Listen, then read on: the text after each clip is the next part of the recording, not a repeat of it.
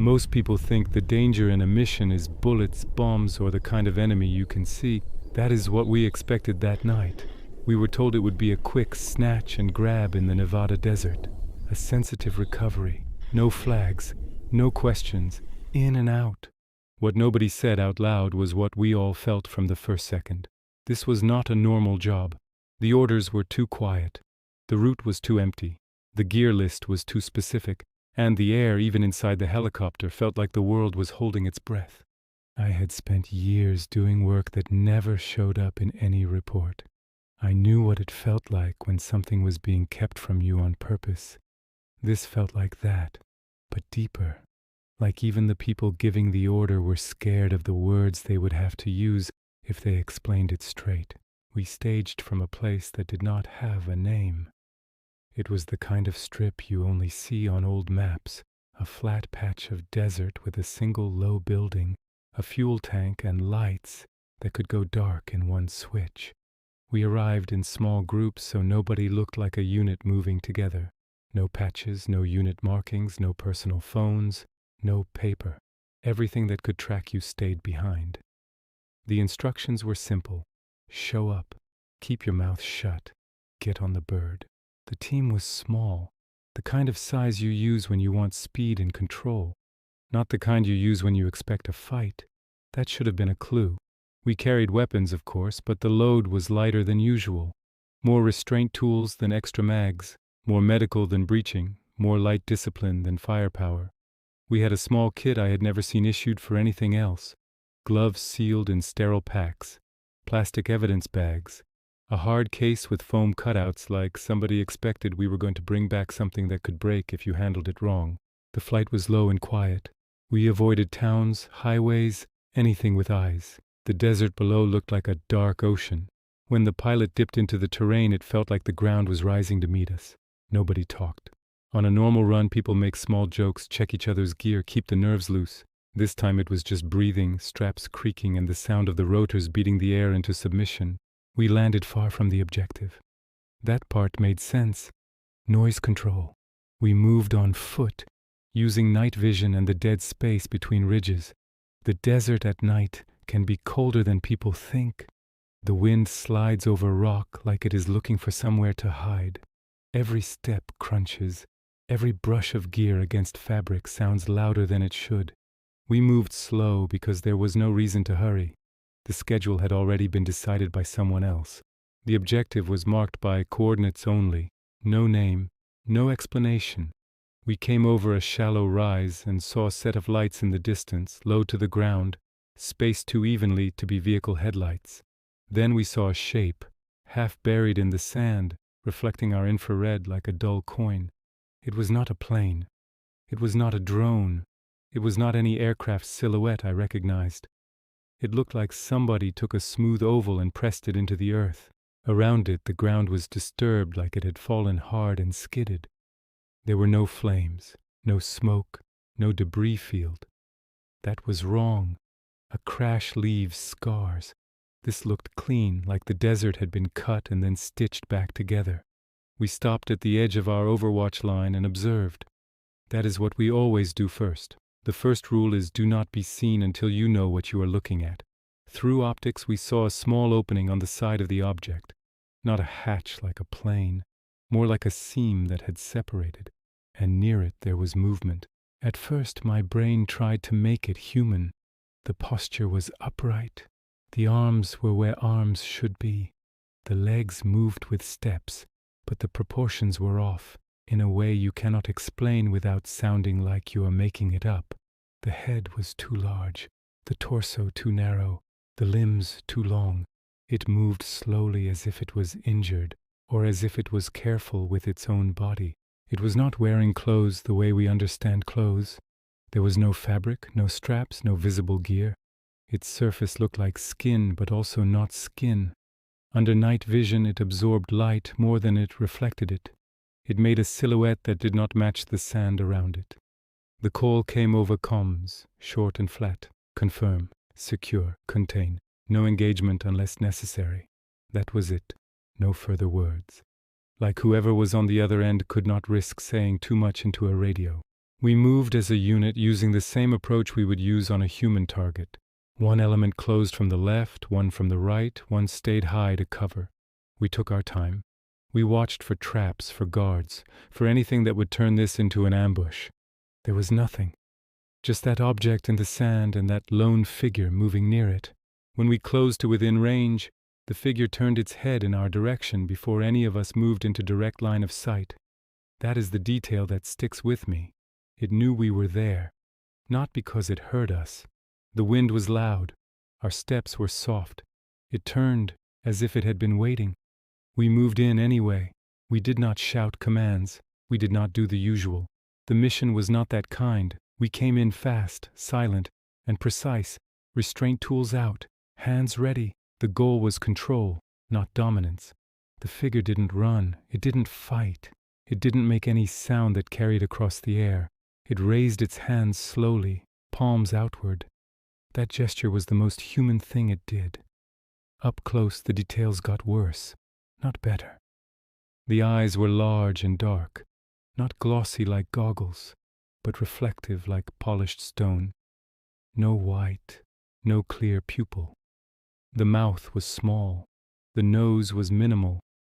The skin had a gray tone that looked wrong against the desert, like it belonged to another kind of light.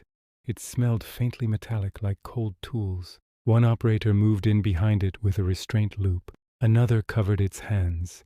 We secured it with the same method we use when we cannot risk injury on either side. It did not resist. It did not tense. It let itself be handled like it had already decided the outcome.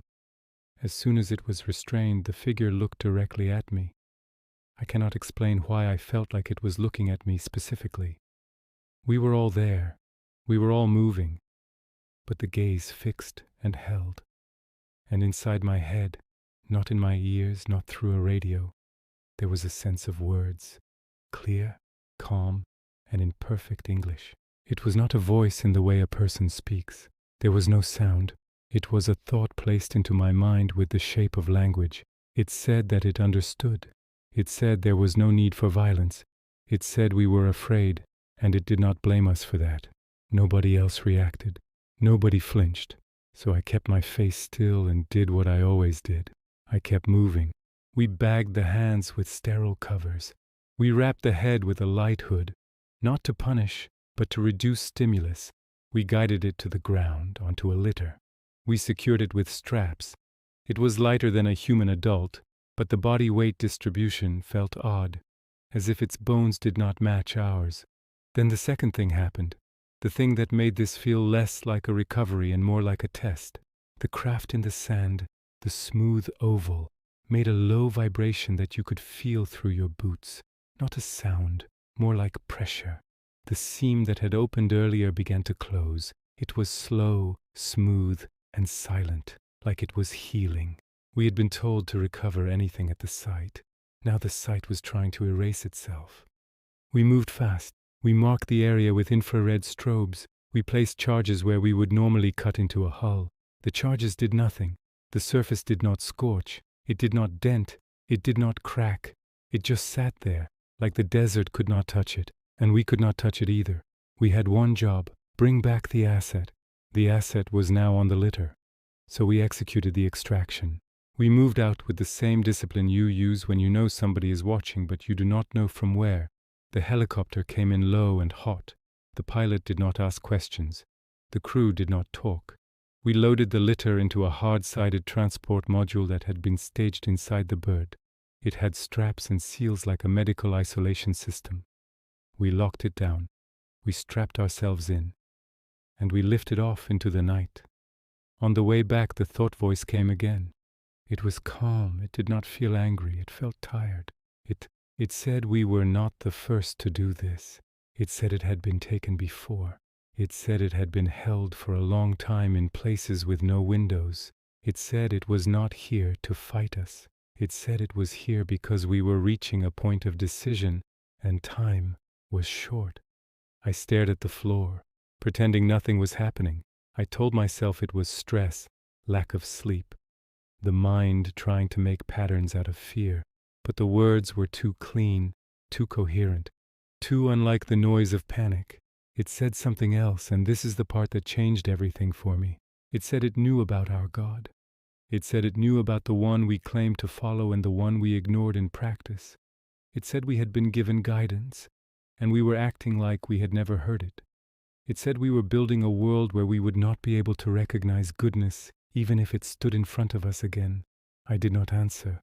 I could not. The rules of my life were built on what can be proven. This was not provable. It was not even supposed to be possible. When we landed, there were vehicles waiting. No markings, black paint, lights off, people in plain clothes and masks like a medical ward. They took the transport module without speaking. They moved like a team that has done this many times. They did not look at us. We were not important anymore. We were delivery. We followed anyway because we were still part of the chain. The facility was underground. That part is always underground. You do not hide something like this in a hangar. You hide it where the earth can do the guarding for you. We went down in an elevator that took long enough to make your ears pop. When the doors opened, it smelled like disinfectant and recycled air. The lights were white and flat. The walls were thick concrete. There were cameras everywhere, but nobody looked at them. They did not need to. The building itself was the threat. We were separated, processed, and scrubbed. Gear taken, clothing bagged. Hands washed until the skin felt raw. Swabs taken, blood drawn.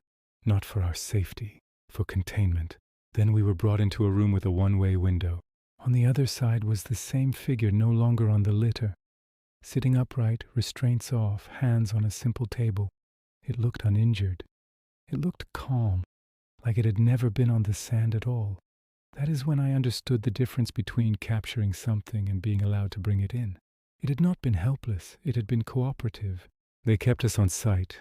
No return to unit, no outside calls, no normal routine. We were told we would be part of a short debrief and then released. That was a lie. The debrief never ended. It just changed rooms. We were assigned as observers, not interrogators, not decision makers, just eyes and ears, the kind of role you give to people you do not fully trust but still need. We were there to confirm what was happening, to report back in writing, to lock ourselves into a paper trail that could later be used against us if needed. The sessions ran every other day, long blocks, hours at a time, always in the same chamber, always recorded, multiple angles, redundant audio, redundant power, like they could not risk missing a single breath. The being spoke without moving its mouth much. Sometimes it used sound, sometimes it did not. The people running the sessions acted like this was normal, like they had been doing it for years. That told me this was not a new program. This was a machine that had been running quietly for a long time. The being understood questions. It answered them with precision. It did not rant. It did not beg. It did not threaten. It just answered, calmly, like an accountant balancing a book. It could speak English better than most people I grew up with. Not just modern English. Old forms, formal structures, slang from different decades. It could switch on the fly, matching the person asking the question, matching the era of the vocabulary they used. It could do that with other languages too, but the people in the room did not make a show of it. They tested, they confirmed, then they moved on. What mattered to them was not language, it was history. They asked about wars, about leaders, about decisions that shaped countries. The being described events with detail you only get from being there. It described weather, smells, the way people looked when they lied, the small habits that never make it into books. It corrected dates, it corrected motives, it corrected outcomes, and every time they checked a detail that could be checked, it matched. They did not call in scholars. They did not make it a circus. They verified internally. They pulled old files. They cross-checked against things that were already classified. The being lined up with those files too. It was not guessing. It was recalling. After about 2 weeks, the mood changed. At first, the room felt like a lab. Controlled. Cold. Curious. After 2 weeks, it felt like a church with the lights still on. People stopped joking. People stopped leaning back in chairs. Even the ones who did not believe started acting like belief was dangerous. Then someone asked about God. The being did not hesitate. It did not treat the question like myth or culture. It treated it like geography, like gravity. It referred to God as the One, not a name, not a label, the One, the Source, the Maker, the Author. It spoke about the One as if the One was a fact of the universe, like light or time. It said it did not worship, it served. It said its kind were created to observe, to record, to bear witness across worlds. It said there were many worlds with thinking life. It said most of them were guided early before they could ruin themselves. It said a few were stubborn, like us. It said we were unique in a way that was not flattering. It said Earth had been given something rare, direct contact. That is when the room went quiet in a way I had never felt before. Not quiet like people being polite. Quiet like a building hearing a storm coming. Over the next sessions, the being described how guidance worked. It said the One did not force belief.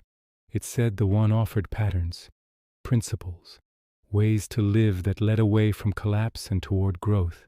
It said civilizations that accepted those patterns stabilized. They still struggled, still fought their nature, still made mistakes, but they learned. They matured. They became safe to themselves. It said we did not. It said we turned every lesson into a tool, every message into a weapon, every chance into a hierarchy. It said we took the idea of God and used it to control each other, while ignoring the parts that required us to change ourselves. Then it spoke about the crucifixion.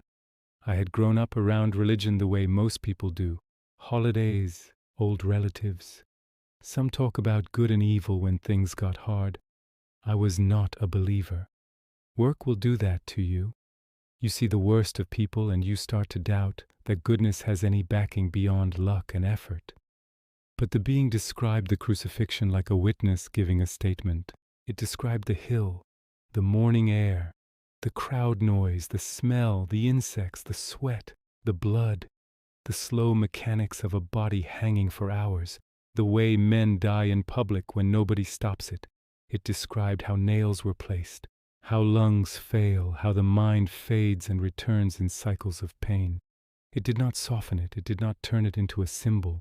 It described it as an execution. The chamber cameras captured the faces of the people listening. Some stared at the table, some swallowed hard, some wrote notes with hands that started shaking. The being said it had seen many executions. It said that was not the point. The point was who was on the center cross. It said the One could have stopped it with no effort. It said power was present and unused. It said the One chose not to break the rules of choice. It said the message had to be offered without coercion. That was the test. Not whether humans could be impressed, but whether humans could be good when being good was hard. It said we failed. It said we killed the One because the One threatened the systems we built. Not with violence, with ideas, with a way of living that made hoarding look like shame and made cruelty look like ignorance. It said we chose comfort and power over humility and compassion. After that session, people on the base changed. Not all at once, not in a dramatic way. In small ways that add up. People started staying in the hallways after shifts. People started asking each other what they thought. People started looking over their shoulders, not because of enemy action, but because of the building itself. Because there is a moment when a person realizes their loyalty might be aimed at the wrong thing. The being then described what it called a branching point. It said our world was approaching a point where choices would lock in. Not one decision, not one vote, not one treaty. A slow accumulation where certain paths become harder to leave until they become the only path left. It described two broad futures. One was a future where people rediscovered basic principles, not as slogans but as habits, cooperation, mercy, restraint, a sense that other humans were not obstacles, a future where technology was used to reduce suffering instead of increasing profit and control, a future where nations stopped seeing each other as targets, not because they became saints but because they learned that endless conflict was self-harm. It did not call that heaven in a religious way. It described it like a stable system, a world where people could breathe. The other future was a world on fire. It described heat and drought, water shortages, food shortages. It described mass movement of people, borders hardening, nations collapsing.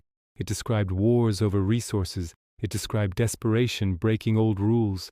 It described nuclear use, not as a grand war plan, but as a final act of a cornered state.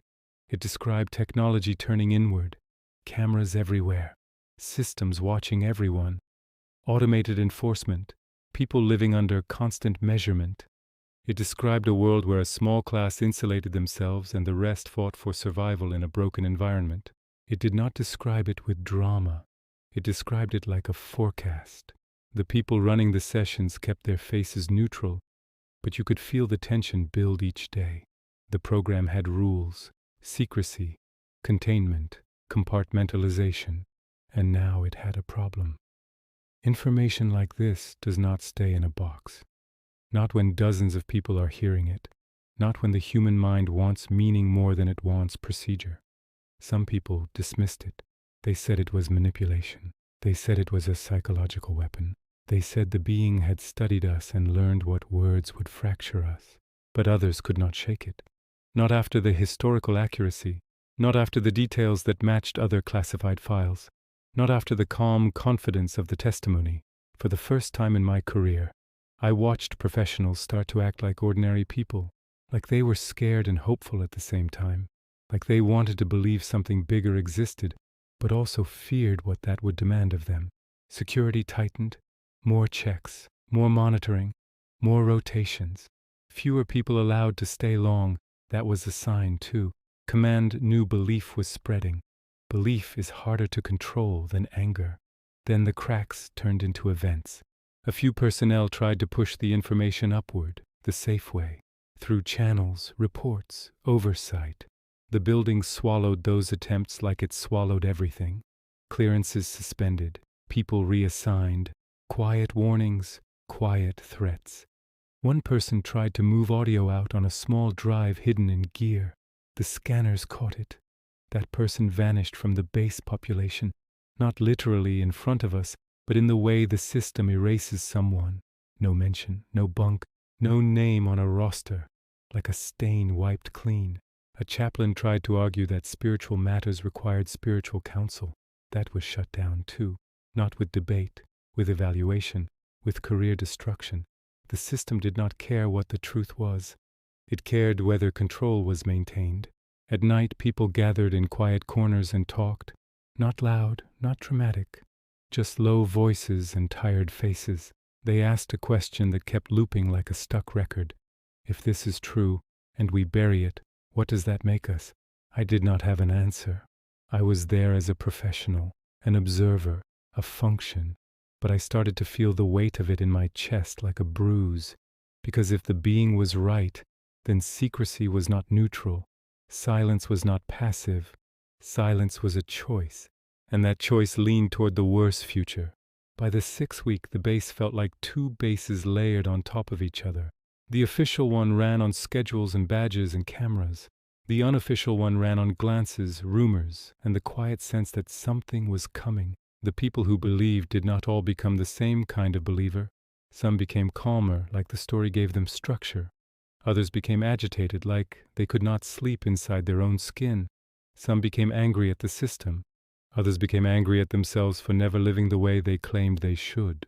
I watched disciplined personnel start making plans with the same mindset they used for missions. Not because they wanted chaos, but because they felt trapped. They were not talking about politics, they were talking about conscience. The plan, when it formed, was simple in concept and impossible in execution.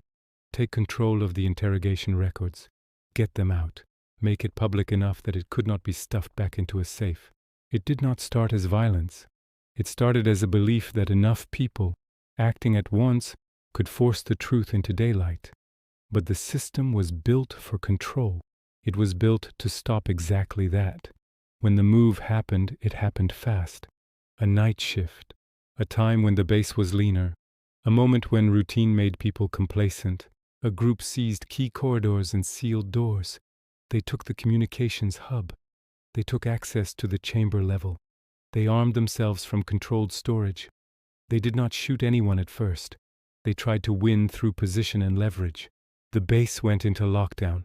Sirens, lights shifting to emergency mode, doors sealing, cameras tracking. I was in a section still under command control. We were told there had been a breach. We were told to hold position. We were told to follow orders. Then internal broadcasts started. Not public. Internal. The rebels used the base system to push their reason. They played audio from sessions. Not long. Just enough to punch through denial. The being describing the crucifixion. The being describing the branching futures. Calm, precise, and impossible to dismiss as someone's imagination. Command responded with authority and threat. Mutiny, treason, espionage, life sentences. No negotiation, no release, no compromise. The standoff lasted days. In that time, the base became a mirror. People saw themselves in it. Some clung to rules. Some clung to truth. Many clung to fear. I moved through corridors under escort, doing what I could to keep access to information, to see what was real, to understand what side I was on. The loyal side believed the rebels were compromised. They believed mind influence. They believed manipulation. It is easier to believe your fellow professionals were tricked than to believe your institution was wrong. The rebels believed they were sacrificing themselves for something bigger than their careers. They believed silence was the real betrayal. They believed that a truth that could guide humanity away from disaster was worth any cost.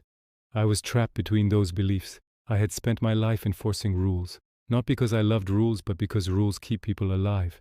Rules prevent chaos. Rules give structure to ugly situations. But rules can also protect monsters. And I started to understand that secrecy can be its own kind of violence when it keeps people ignorant of choices that affect survival. I considered crossing over, not in a heroic way, in a tired way, like a person walking toward a door they know will not open. I moved toward the sealed section where the rebels held ground. I told myself I wanted to calm things down. I told myself I wanted to prevent bloodshed. But deep down, I knew I wanted them to succeed. I did not make it. The assault began without warning. A team entered the base from above, through routes I had not known existed. They were not normal troops. They wore powered frames that made them taller and heavier, not like science fiction, like industrial machinery built for war. Their movements were steady and efficient. They did not hurry. They did not need to. The rebels had rifles, pistols, and determination. The assault team had armor that turned those into noise. The base cameras caught it all. Positions falling, doors breached, people cut down. No prisoners, no pause. The kind of force you use when you do not want survivors to talk. I watched feeds until someone ordered them off. I watched long enough to see a corridor fill with smoke and bodies. I watched long enough to see disciplined people die in a place with no sunlight, holding on to a truth the world would never hear. Within hours, it was over. The base returned to routine so fast it felt unreal. Emergency lights went back to white. Corridors were cleaned, equipment replaced, rosters adjusted, paperwork generated. Later we were processed through debriefs that were not conversations. They were instructions. We were told there had been an accident, a systems failure, a tragedy.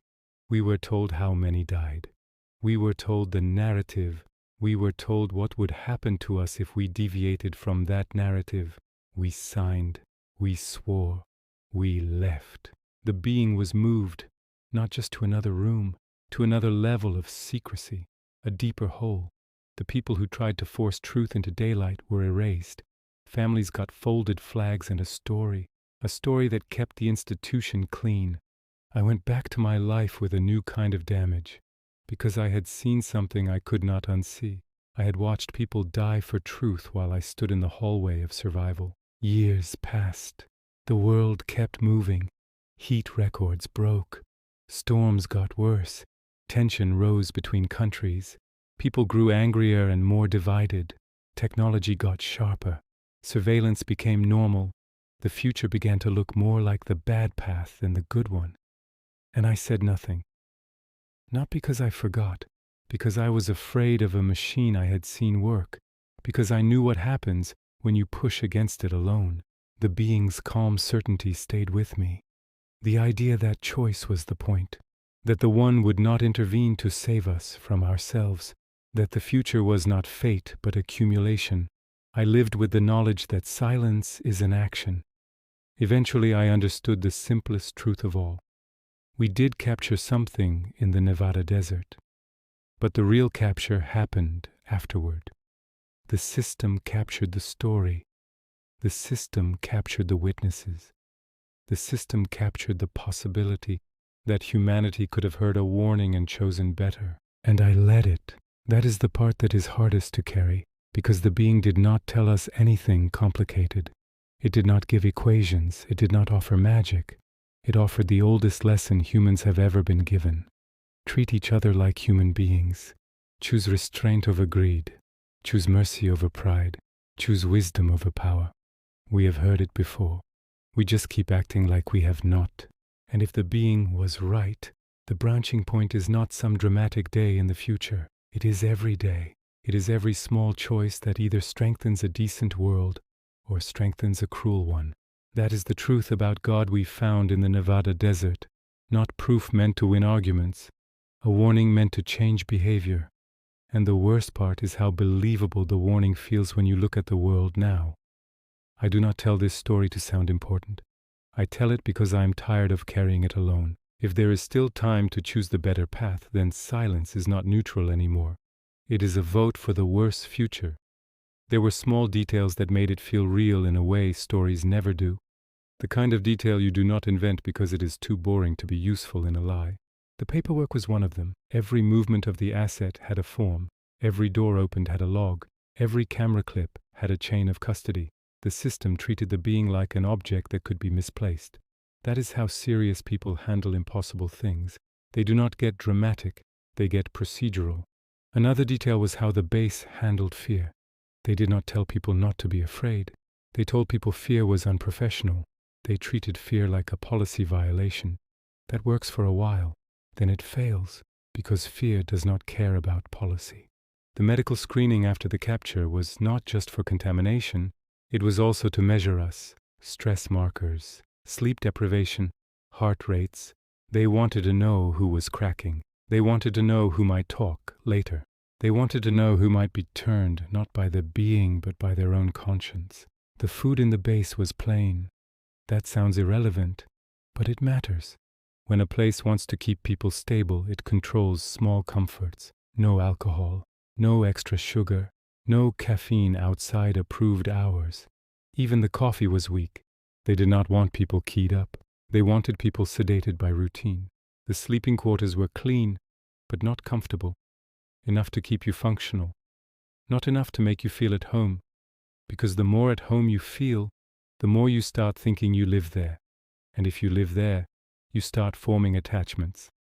Attachments lead to loyalty. Loyalty leads to factions.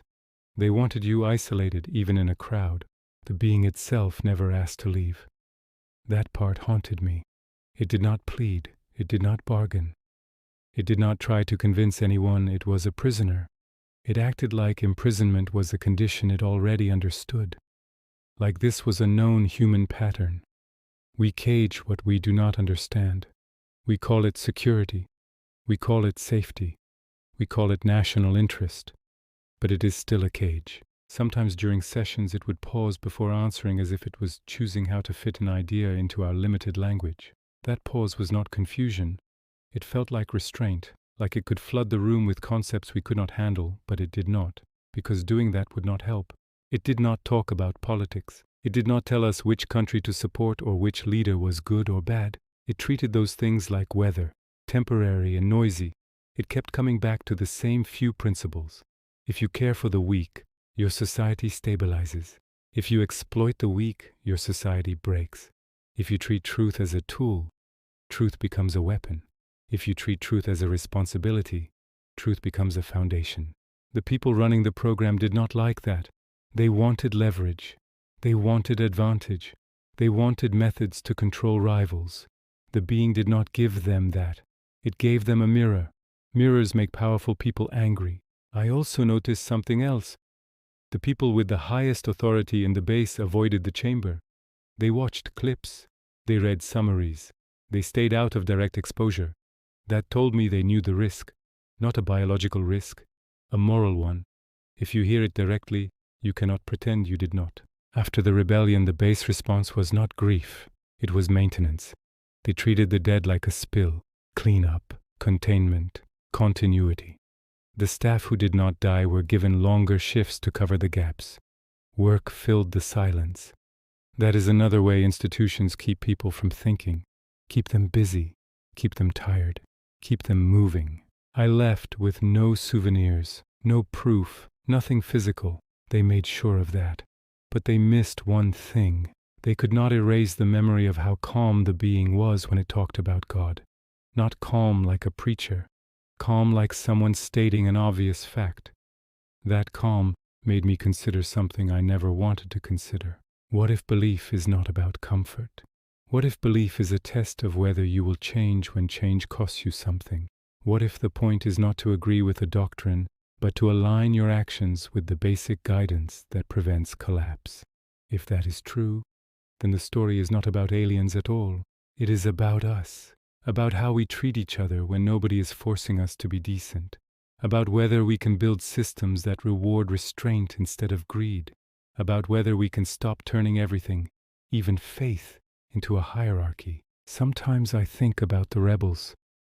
Not the dramatic version people would imagine, just tired professionals who reached a limit, people who did not want to die, people who had families and plans, people who still chose to act because they could not live with silence anymore. That is what makes their end feel so heavy. They were not chasing attention. They were choosing responsibility. And I was standing near them, close enough to feel the heat of that choice, and I still stepped back.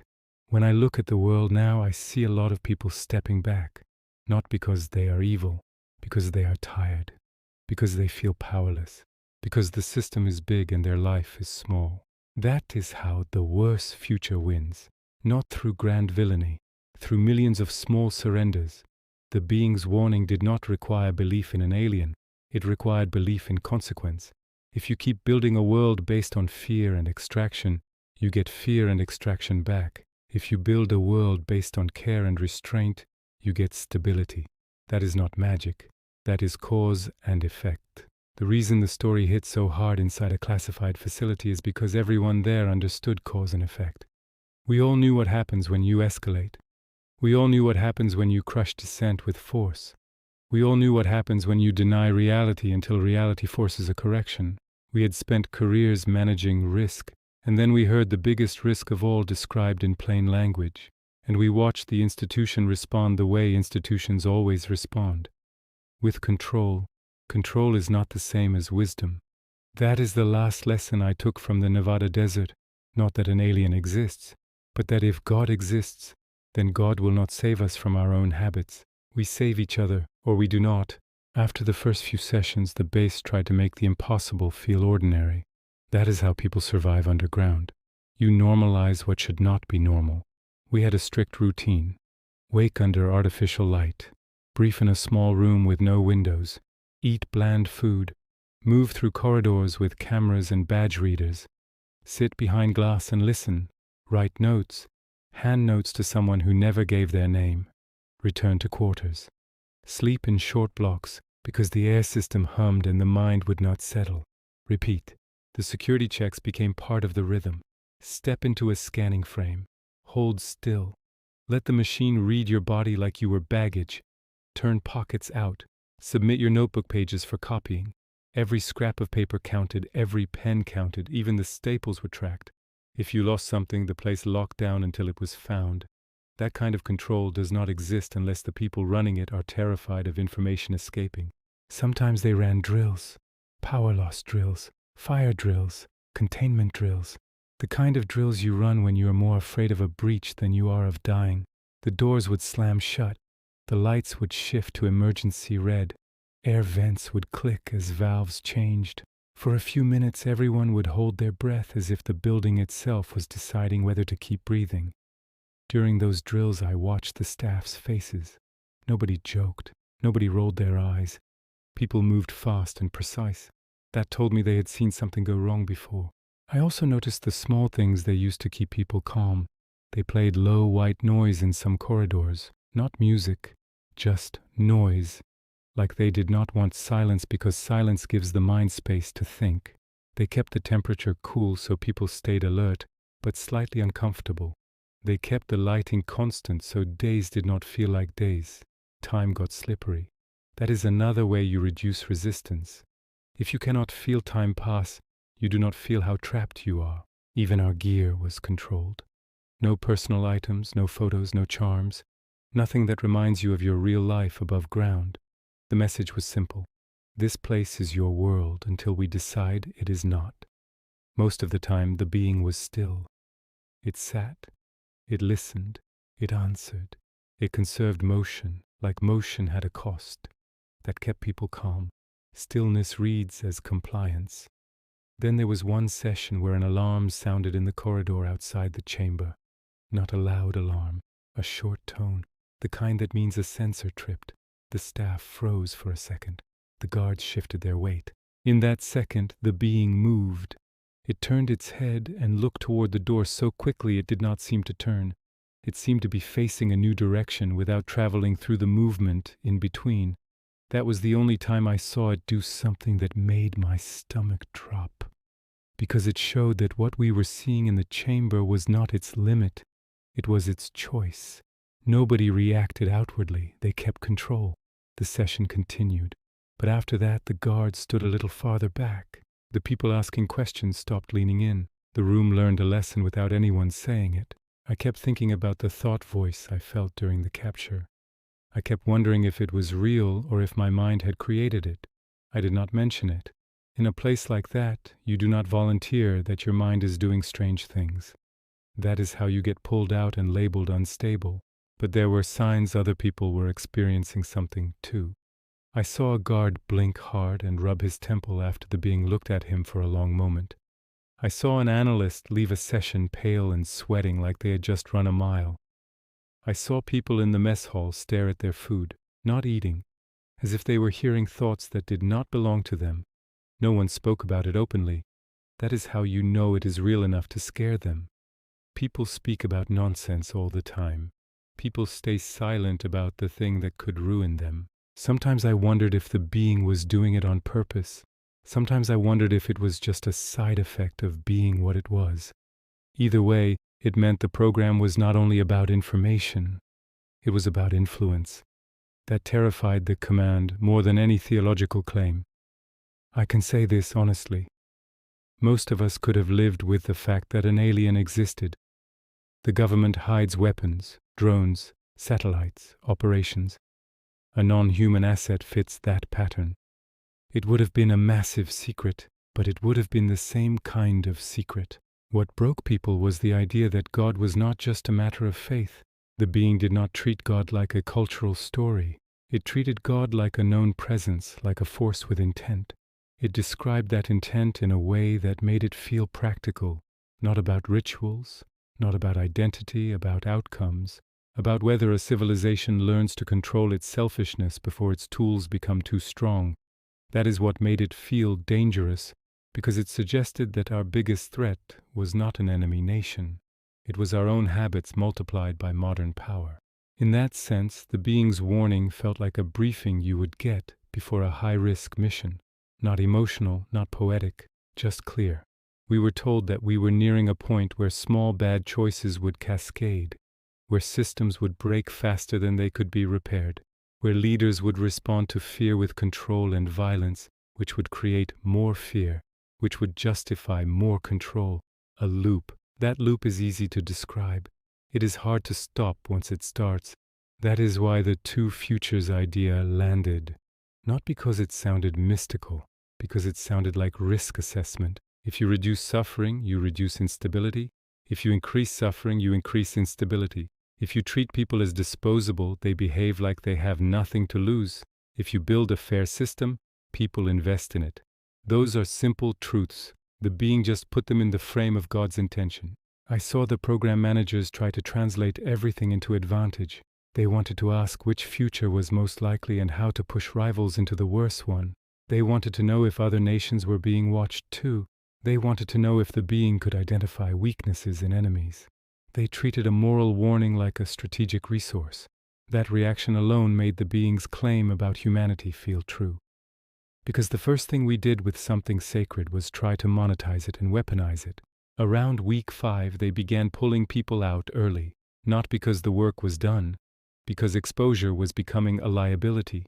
They rotated guards, rotated observers, rotated anyone who sat too long behind the glass. I noticed the pattern. People who showed signs of belief were reassigned first. People who asked questions outside their role were reassigned next. People who looked shaken were removed. People who stayed calm were kept. It was not about competence. It was about controllability. That is another reason the rebellion felt inevitable. When you isolate people and make them carry something heavy alone, they either break or they act. The people who acted were not reckless. They were the ones who could not sleep anymore. The ones whose faces started to look older after every session. The ones who kept staring at their hands, like their hands had been used for the wrong purpose. The final session I observed before the standoff was not dramatic. That is why it sticks with me. They asked the being, again, why it cared, why it would warn us if we had refused for so long. The being answered with the same calm it always had. It implied that watching was its role, that bearing witness was not optional, that if a warning existed, a witness had to deliver it, even if the receiver rejected it, because the record mattered.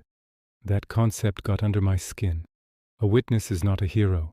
A witness is just someone who refuses to lie by omission, someone who will say what happened, even if it changes nothing. And I realized the rebels were trying to become witnesses. They were trying to prevent the truth from being trapped in a room with no windows. I wish I had understood then that being a witness is a choice you make before you need it. You do not suddenly become brave in the moment. You build the habit of truth over time. Otherwise, when the moment arrives, you choose safety the way you always have. That is why the story feels like a warning to me now. Not about aliens, about habit. If you practice silence, you will be silent when it matters. If you practice courage in small ways, you will have a chance at courage when the cost is high. I did not practice courage. I practiced procedure. And when the procedure protected something wrong, I still followed it. That is how good people become part of bad outcomes. Not by enjoying evil, by being trained to obey. When we were finally released from the site, the world above felt too bright. The sky looked unreal. The sun felt like a spotlight on a man who had done something shameful. We were told to return to normal duty. The instructions sounded simple, but it was impossible. Normal duty assumes the world makes sense. I had spent weeks in a place built on the idea that sense can be manufactured, that truth can be sealed behind doors. I started noticing how often the public accepts the official story because it is easier. How often people choose comfort over questions. I could not blame them. I had done the same thing, just at a higher level. I also started noticing how often leaders choose the short path. The path that buys time now at the cost of pain later. The path that keeps power stable but makes society brittle. That pattern showed up in everything. Not just politics, business, culture, family, the way people talk to each other. The being's warning became less like a strange tale and more like a lens, and that is why it still feels real to me, even if someone told me it cannot be, because the human part is real. We do bury inconvenient truth. We do punish people who speak it. We do prefer control to wisdom. And we do walk toward bad outcomes one small choice at a time, while telling ourselves there will be time to turn around later. The being did not have to be alien for that to be true. But the fact that it might have been alien made the warning impossible to ignore, and we ignored it anyway.